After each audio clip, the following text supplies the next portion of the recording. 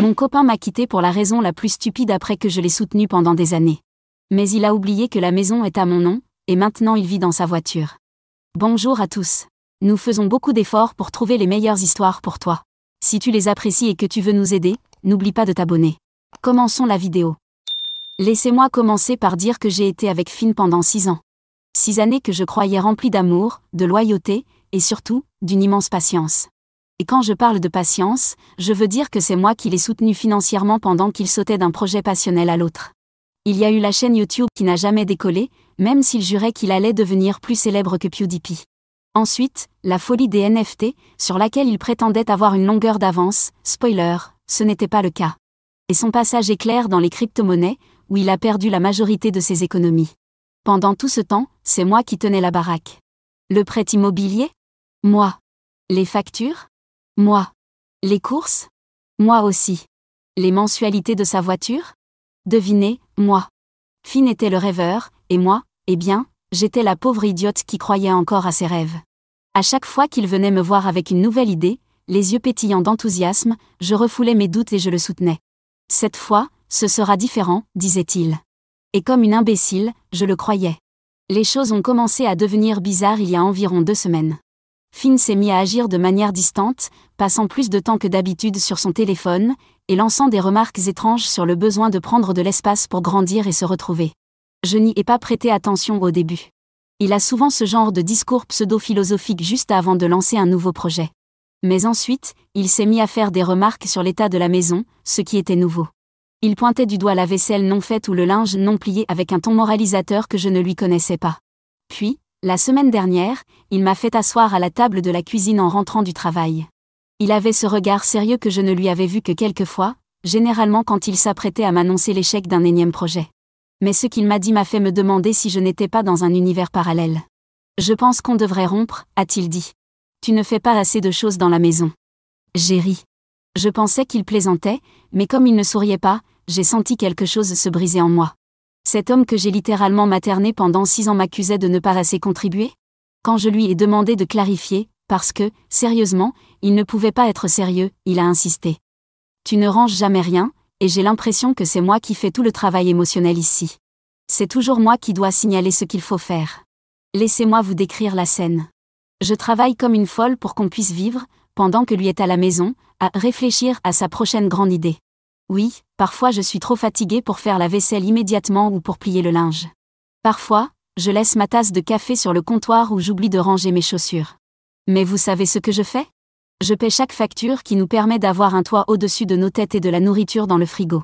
Pendant ce temps, la plus grande contribution de Finn dans cette maison, ça a été de réorganiser la bibliothèque par genre 3 fois et de jeter mes boîtes en plastique parfaitement bonnes parce qu'elles ne suscitaient plus de joie. C'est le même homme qui fait une crise s'il n'y a plus de Wi-Fi pendant plus de 5 minutes. Devinez qui appelle le fournisseur à chaque fois? Moi. Chaque anniversaire, fête ou sortie le week-end, organisé par moi. Il n'est même pas capable de commander un plat à emporter sans me demander 3 fois ce que je veux, pour finir par se tromper dans ma commande. Mais là où ça devient vraiment surréaliste, c'est après la rupture. Finn s'est mis à agir comme si la maison était déjà la sienne. Il a fait une remarque suffisante en disant que ce serait un bon « reset » pour nous deux, et m'a suggéré d'aller vivre chez ma mère, ou un truc du genre. Il parlait déjà de transformer la chambre d'amis en bureau et d'adopter un chien, vu que personne ne se plaindra plus des poils. C'est là que j'ai compris. Il avait vraiment oublié, ou peut-être jamais réalisé, à quel nom est enregistrée cette maison. Petit indice, ce n'est pas le sien. Pas du tout. Cette maison est un héritage de mes grands-parents, et j'en suis la seule propriétaire. Chaque paiement de prêt, chaque réparation, chaque facture, c'est moi. Je me suis excusée, suis montée à l'étage, et j'ai verrouillé la porte de notre chambre. Je n'allais pas me disputer avec lui, ni essayer de le faire changer d'avis. Non. Je vais le laisser vivre dans son petit monde de déni aussi longtemps qu'il le souhaite. Le laisser croire qu'il gagne cette rupture. Le laisser penser que c'est moi qui vais faire mes valises et partir. Parce que voilà, Finn n'a aucune idée de ce qui l'attend. Il ne se doute même pas qu'il va tout perdre. Et honnêtement, j'ai hâte de voir le moment où il comprendra à quel point il s'est planté. Mise à jour 1.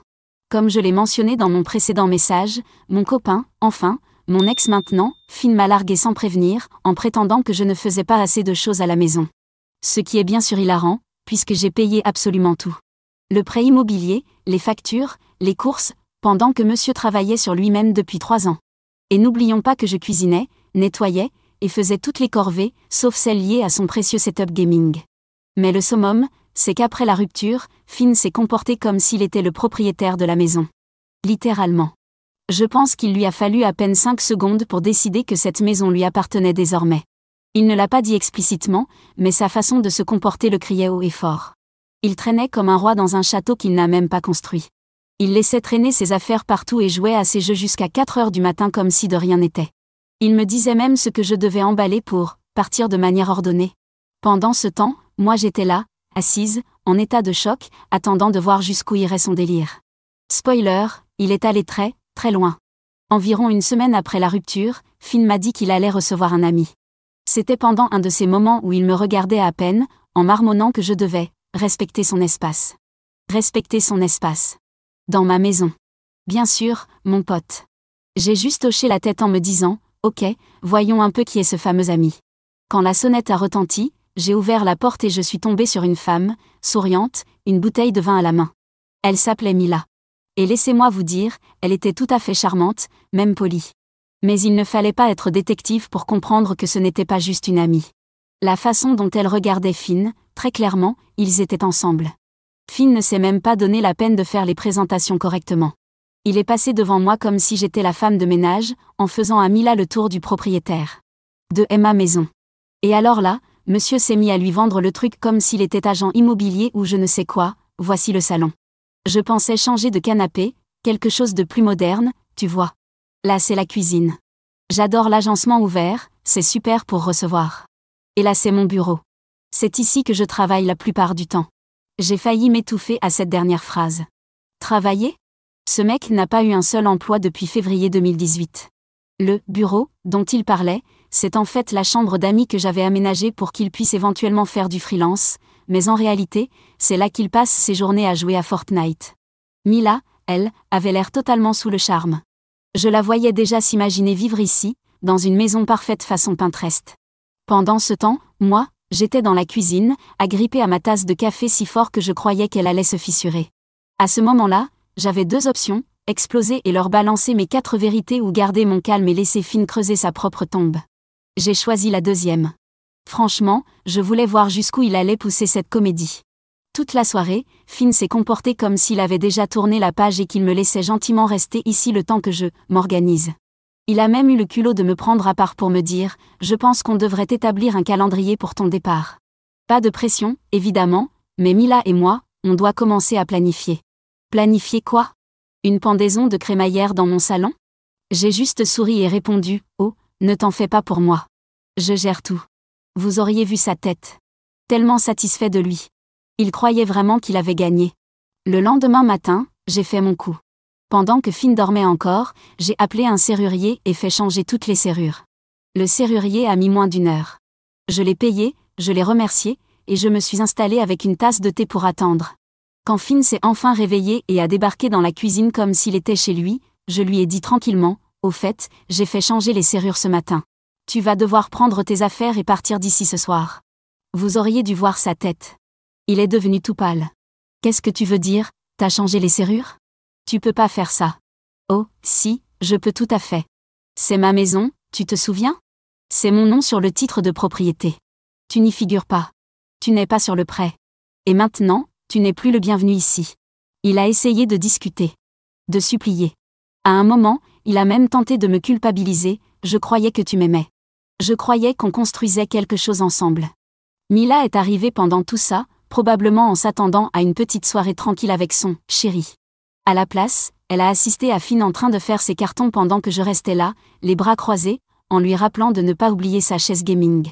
Elle avait l'air complètement perdue et n'arrêtait pas de demander « Attends, c'est pas ta maison ?» Finn n'a même pas essayé de répondre. À la fin de la journée, Finn était parti. Mila aussi. J'ai versé un verre de vin, je me suis assise sur le canapé que Finn voulait remplacer, et j'ai repensé à combien j'étais passée près de tout perdre à force d'être trop généreuse avec mon temps, mon argent, et ma patience. Plus jamais ça. Ah, et pour ceux qui se demandent, Finn squatte maintenant chez des amis. D'après un ami commun, Mila l'a largué aussi quand elle a compris qu'il était au chômage, fauché, et pratiquement sans domicile. La vie a une belle façon de remettre les choses en ordre, non ? Mise à jour 2. Je croyais que c'était terminé.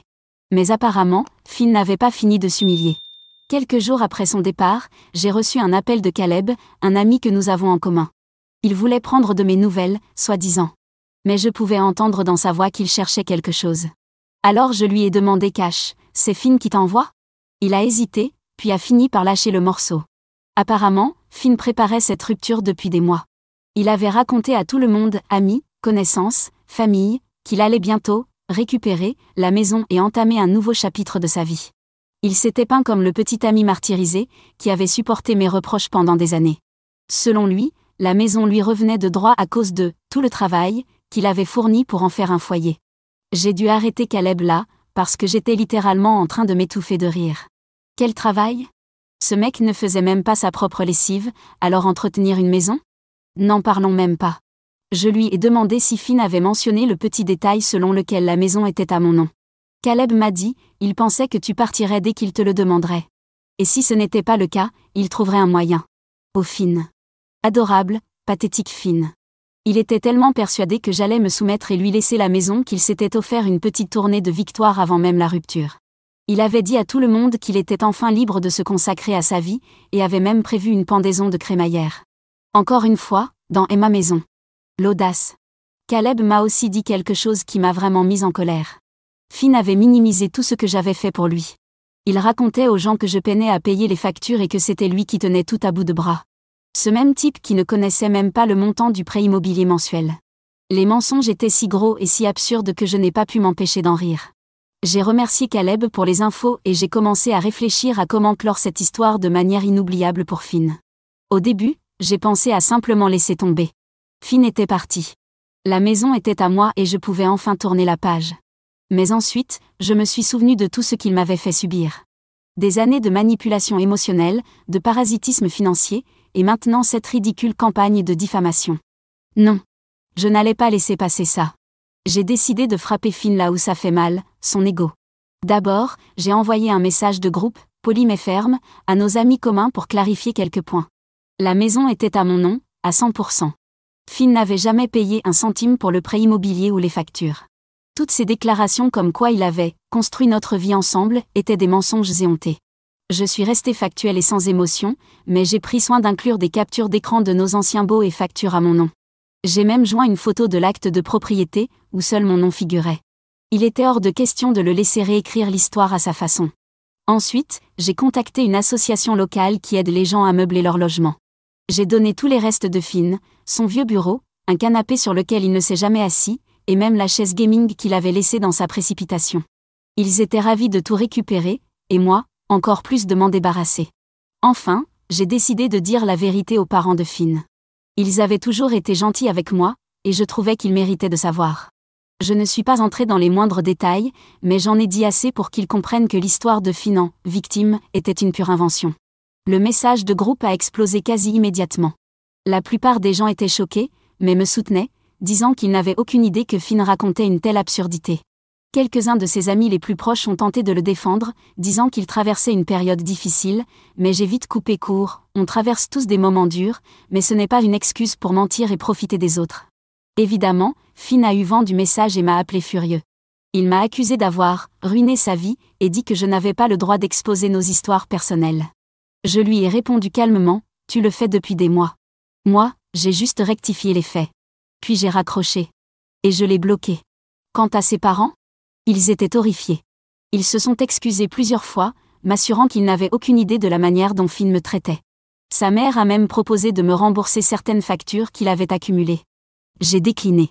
Je ne voulais pas d'argent, je voulais seulement qu'ils connaissent la vérité. Mais le vrai clou du spectacle, c'est ce qui est arrivé quelques semaines plus tard. J'ai croisé Mila dans un café. Elle est venue vers moi, visiblement gênée, et s'est excusée de s'être mêlée à tout ça. Elle m'a dit que Finn lui avait menti sur tout, y compris sur le fait que la maison était soi-disant en copropriété. Et puis elle m'a dit la chose la plus drôle de l'année, Finn vit dans sa voiture. Apparemment, aucun de ses amis ne voulait l'héberger après avoir appris la vérité, et ses parents n'étaient pas pressés de le secourir non plus. Il avait brûlé trop de ponts, et maintenant il subissait les conséquences. Je ne souhaite l'itinérance à personne, mais dans ce cas précis, disons que je n'éprouve pas trop de compassion. Il a creusé sa propre tombe, ou plutôt son coffre arrière, et maintenant il y dort. Mise à jour 3. Vous vous souvenez quand j'ai dit que Finn avait fini d'essayer de récupérer sa maison? Eh bien, prenez du popcorn, parce que l'histoire devient encore plus ridicule. La semaine dernière, je déjeunais avec ma sœur Nora, quand elle a commencé à se comporter bizarrement. Elle regardait son téléphone sans arrêt et me lançait des regards étranges, comme si elle voulait me dire quelque chose mais ne savait pas comment s'y prendre. Finalement, je lui ai demandé ce qui se passait. Elle a commencé par un « ne te fâche pas ». Ce qui n'annonce jamais rien de bon, mais Finn m'a contacté la semaine dernière. J'ai failli recracher ma boisson. Quoi? Il s'avère que Finn va partout raconter qu'on avait un accord verbal concernant la maison. Selon lui, on était pratiquement mariés, ce qui est faux, et il avait largement contribué au foyer, encore plus faux. Mais voici le meilleur, il a demandé de l'argent à Nora. Pas juste un peu. Il voulait assez pour se remettre sur pied, et se battre pour ce qui lui revient de droit. Et elle lui a donné. Avant que vous ne sortiez vos fourches, laissez-moi expliquer. Nora et moi avons toujours été très proches, et elle est généralement la personne la plus intelligente que je connaisse. Mais Finn lui a sorti une tirade pleine d'émotions sur comment il avait tout donné pour notre relation, et qu'il était maintenant sans abri à cause de moi. Il lui a même montré des captures d'écran de factures qu'il avait soi-disant payées, en oubliant de préciser que c'était avec mon argent. Je me suis senti mal pour lui, a admis Nora, l'air coupable. Il vivait dans sa voiture, et il semblait tellement convaincu. Il disait qu'il avait juste besoin d'un petit coup de pouce. J'étais là, en train d'encaisser la trahison. Tu lui as donné combien? 2000. Elle l'a murmuré dans son café. 2000 $. J'étais sur le point d'exploser. Mais ensuite, Nora a sorti son téléphone et m'a montré leur message. Et là, j'ai réalisé un truc. Ma sœur est peut-être encore plus maligne que je le pensais. Voyez-vous, elle ne lui a pas juste donné l'argent. Elle lui a fait signer un contrat de prêt avec modalité de remboursement et intérêt. Elle a même obtenu qu'il mette sa voiture en garantie. Quand je lui ai demandé pourquoi elle était allée aussi loin pour un petit prêt, elle a souri et dit « parce que je savais qu'il racontait n'importe quoi ». Je voulais une preuve de son niveau de désespoir. Et puis, je me suis dit qu'un document prouvant qu'il avait dû emprunter de l'argent pourrait servir plus tard. Je l'aurais bien prise dans mes bras à ce moment-là. Mais attendez, c'est pas fini. Vous vous souvenez de Caleb? Notre ami commun, celui qui m'avait tout révélé sur les projets de Finn avant la rupture? Eh bien, il m'a envoyé des captures d'écran des publications de Finn sur les réseaux sociaux. Et accrochez-vous bien, Finn s'y présente comme la victime d'une manipulatrice vénale, qui l'aurait piégé dans une relation pour lui voler ses futurs revenus. Oui, vous avez bien lu. Il pense que j'ai passé 6 ans à le soutenir financièrement, lui, un homme au chômage, dans le but de lui extorquer un argent qu'il n'a jamais gagné. Les publications sont pleines d'accusations floues sur comment je l'aurais manipulé et profité de sa nature, trop confiante. Selon la nouvelle version des faits de Finn, c'est lui qui m'aurait soutenu émotionnellement pendant que j'étais instable et incapable de maintenir des relations saines. De la part d'un homme qui a déjà fait une crise de 3 heures parce que j'avais acheté la mauvaise marque de boisson énergisante, c'est assez ironique. Mais là où ça devient vraiment intéressant, c'est que mon ami Oé a gardé une trace de toutes les personnes que Finn a contactées. Et apparemment, il raconte une version différente à chaque personne. Pour certains, il est la victime d'une ex-manipulatrice. Pour d'autres, il est un partenaire généreux qui a tout sacrifié pour moi. Et à quelques-uns, il prétend même que nous avions un partenariat professionnel que j'aurais trahi. Les histoires deviennent de plus en plus farfelues. La semaine dernière, il a raconté à quelqu'un que je lui avais promis de mettre son nom sur l'acte de propriété comme cadeau d'anniversaire, mais que j'avais changé d'avis par pure méchanceté. Assez créatif pour quelqu'un qui a complètement oublié mon anniversaire parce qu'il était trop occupé à devenir streamer sur Twitch. Hier, j'ai reçu une série de messages de plus en plus délirants de sa part, dans lesquels il menaçait de me démasquer auprès de tous nos proches. Il disait qu'il allait révéler tous mes secrets. J'avoue être curieuse de savoir quels secrets il pense avoir, étant donné que c'est moi qui connais ses investissements ratés dans la crypto et cette fois où il a tenté de devenir photographe professionnel pour chiens avec mon appareil photo. Je n'ai répondu à aucun de ces messages, mais je les ai tous sauvegardés. Quelque chose me dit que ce n'est pas fini. Finn n'a jamais été doué pour affronter la réalité. Et maintenant qu'il a probablement dilapidé l'argent de Nora dans une autre combine pour devenir riche rapidement, je suis sûre qu'il prépare un nouveau plan pour essayer de récupérer ce qu'il pense mériter. Mise à jour 4. Dimanche dernier, je faisais mes courses hebdomadaires quand je suis littéralement tombée sur la mère de Finn au supermarché. J'ai essayé de lui sourire et de passer mon chemin, mais elle a attrapé mon chariot et m'a dit « Il faut qu'on parle ». Sa mère avait toujours été gentille avec moi, même après tout ce qui s'était passé. Mais cette fois, elle avait l'air différente. Inquiète, mais aussi un peu en colère. Elle m'a demandé si on pouvait aller boire un café, et quelque chose dans sa voix m'a poussé à accepter. Une fois assise, elle a pris une grande inspiration et m'a dit « Je dois te dire ce que Finn est en train de faire, parce que ça va trop loin. » Il s'avère que Finn s'est pointé chez ses parents la semaine dernière avec une histoire rocambolesque selon laquelle il allait récupérer la maison. D'après lui, il avait des preuves que je l'avais manipulé pour mettre toutes les factures à mon nom. Il affirmait même m'avoir donné de l'argent liquide pour la compte. Sa mère l'a immédiatement interrompu pour lui rappeler qu'elle et son mari étaient présents quand j'ai acheté la maison, avant même que Finn n'emménage. Mais Finn n'en avait rien à faire. Il a continué à parler par-dessus elle, expliquant qu'il montait un dossier et qu'il avait besoin d'argent pour faire valoir ses droits. Quand ses parents ont refusé de lui prêter de l'argent, il a complètement vrillé. Il s'est mis à les accuser de ne jamais avoir soutenu ses rêves et de prendre mon parti contre leur propre fils. Sa mère avait l'air épuisée en me racontant tout ça. « Ce n'est plus le garçon que j'ai élevé », a-t-elle dit. « Je ne sais pas ce qu'il est devenu. » Et c'est là que les choses ont vraiment pris une tournure inattendue. Elle a commencé à me raconter des choses que je ne savais pas. Comme le fait que Finn avait dit à sa petite sœur qu'il m'avait racheté ma part de la maison il y a des mois et que c'est pour ça qu'il avait besoin d'argent, pour rénover sa propriété. Sa sœur, qui a 19 ans et qui fait confiance à son grand frère, lui a donné toutes ses économies. Ou encore comment il allait de parent en parent, racontant des versions différentes à chacun. À certains, il disait que nous étions secrètement mariés. À d'autres, que je lui avais promis la maison en échange de sueur et de travail. Ces mots, pas les miens. Il a même dit à sa grand-mère que je retenais en otage son matériel de gaming. Le même matériel que j'ai donné à une association caritative il y a des mois. Sa mère a sorti son téléphone et m'a montré une capture d'écran d'une page GoFundMe qu'il avait créée. Le titre ? Aider un homme local à récupérer sa maison d'une ex-manipulatrice. J'ai failli m'étouffer avec mon café. La page était remplie d'histoires inventées sur le fait qu'il avait mis toutes ses économies dans la maison, quelles économies ? Et que je l'avais exclu en manipulant les papiers. Il avait même posté des photos de ma maison, prétendant avoir fait toutes les rénovations lui-même. La seule rénovation que Finn n'ait jamais faite, c'est de déplacer les meubles quand il procrastinait sur ses candidatures. Mais le plus fou ? Des gens donnaient de l'argent. Pas des fortunes, mais suffisamment pour qu'il pense que son plan fonctionnait. Il avait récolté environ 800 $ avant que sa mère ne signale la page et la fasse supprimer. Il fallait que je fasse quelque chose, a-t-elle dit. Il doit affronter la réalité. Elle m'a raconté que Finn dormait dans sa voiture, garée dans leur allée, depuis une semaine. Il refusait d'entrer tant qu'il ne soutenait pas sa cause. Tous les matins, il partait en disant qu'il avait des réunions pour récupérer la maison. Tous les soirs, il revenait avec une nouvelle histoire sur ses progrès. Sa mère en a eu assez lorsqu'elle l'a entendu au téléphone essayer de convaincre Mila, vous vous souvenez d'elle ? De témoigner que la maison était bien à lui. Mila, à son crédit, a apparemment éclaté de rire et lui a raccroché au nez. « Je ne te raconte pas ça pour que tu aies pitié de lui », m'a dit sa mère. « Je te le raconte pour que tu sois préparé. Il ne s'arrêtera que lorsqu'il n'aura plus le choix. » Puis elle a fait quelque chose qui m'a surprise. Elle m'a tendu un petit album photo. À l'intérieur, des photos de Finn prises ces dernières années. À des événements familiaux, pendant les fêtes, lors de moments simples. Sur chaque photo, il était scotché à son téléphone ou son ordinateur portable, soi-disant en train de travailler sur son prochain grand projet, pendant que tout le monde vivait sa vie. J'aurais dû voir plus tôt, a-t-elle dit. Qu'il utilisait les gens, qu'il avait toujours un plan en tête. Je l'ai trop longtemps encouragé, et je suis désolée que tu aies été prise là-dedans. J'ai essayé de lui rendre l'album, mais elle a secoué la tête. Garde-le. Peut-être qu'un jour, il voudra voir la personne qu'il était. Mais pour l'instant, je dois faire ce que j'aurais dû faire il y a des années. Elle m'a dit qu'elle et le père de Finn avaient pris une décision. Ils allaient changer les serrures et lui couper l'accès au Wi-Fi. Fini les nuits dans l'allée. Fini de l'encourager dans ses délires. Ils ont arrangé pour qu'il aille vivre chez son oncle dans un autre état, qui lui a trouvé un vrai travail. Pas d'ordinateur, pas de plan foireux. Juste du travail honnête. Il accepte l'offre et remet sa vie en ordre, où il se débrouille tout seul.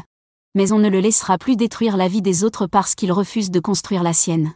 Alors qu'on quittait le café, elle m'a prise dans ses bras et m'a murmuré « Merci de lui avoir montré qu'il y a des conséquences. J'aurais juste aimé qu'il en tire une leçon. » Je l'ai regardé s'éloigner avec ce mélange étrange de soulagement, parce que sa propre famille voit enfin qui il est, et de tristesse, pour la personne qu'il aurait pu devenir.